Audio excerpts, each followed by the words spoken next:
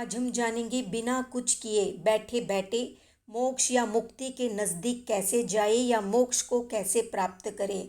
तो प्राय हर व्यक्ति अपने जीवन में शॉर्टकट ढूंढता है, चाहे वो पैसे कमाने हो, नेम फेम पाना हो या फिर सफल होना हो। ये तो हो गई भौतिक उपलब्धि की बात। इसी तरह कई व्यक्ति अपने आप को मुक्ति का जो मार्ग बताया गया है, नियम बताए गए हैं, कठोर चर्या बताई गई है, उन सब का अभ्यास करने में अपने आप को असमर्थ पाते हैं। तो कैसा लगेगा अगर कोई कहे बिना कुछ खास कठोर चर्या का पालन किए बिना भी मुक्त हुआ जा सकता है, बोधि प्राप्त की जा सकती है, संसार से तरा जा सकता है, कुछ भी विशेष किए बिना आराम से बैठे बैठे मुक्ति को नज़दीक लाया जा सकता है और मुक्त हुआ जा सकता है। यही हम आज की वीडियो में जानेंगे। इतना सरल उपाय बताने के बाद भी अगर कोई इसका अभ्यास नहीं करता है तो वो अपने आप को सौभाग्यहीन ही समझे। इससे सरल मार्ग ढूंढने पर भी नहीं मिलेगा। तो जानते हैं बिना कुछ किए आराम करते हुए मोक्ष को कैसे प्राप्त करें।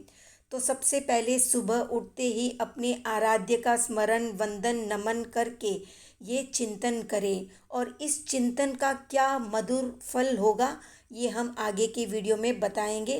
तो अब जानते हैं कि कैसा चिंतन करना चाहिए।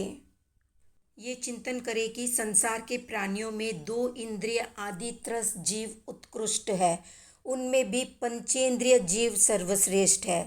पंचेंद्रियों में मनुष्य और मनुष्यों में आर्य क्षेत्र प्रधान है। आर्य क्षेत्र में भी उत्तम कुल और उत्तम जाति दुष्प्राप्य है, दुर्लभ है। ऐसे कुल और जाति में जन्म प्राप्त करके भी शरीर का पूर्णांग स्वस्थ होना, उसमें भी धर्म करने की सामर्थ्य होना, सामर्थ्य होने पर भी धर्म के प्रति उत्साह होना कठिन है। उत्साह होने पर भी तत्वों को जानना मुश्किल है। तत्वों को जानने पर भी सम्यक्त्व अर्थात श्रद्धा का होना कठिन है।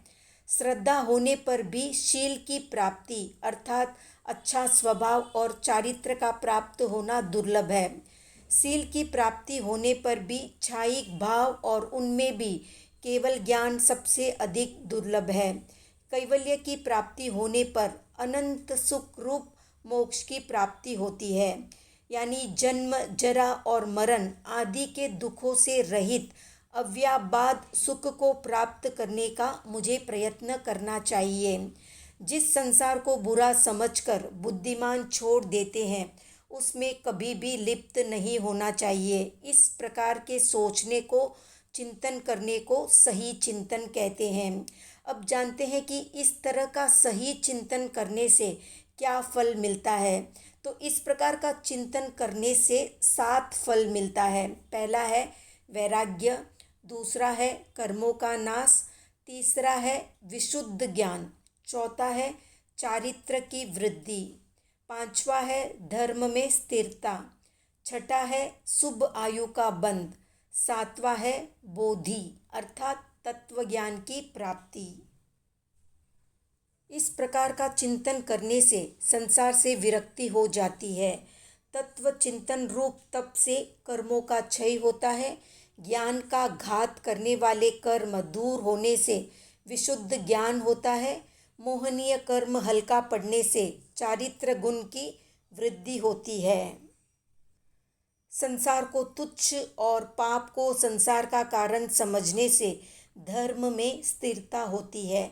इस तरह का चिंतन करते समय अगर आयुष्य बंद हो जाए तो शुभ गति का बंद होता है।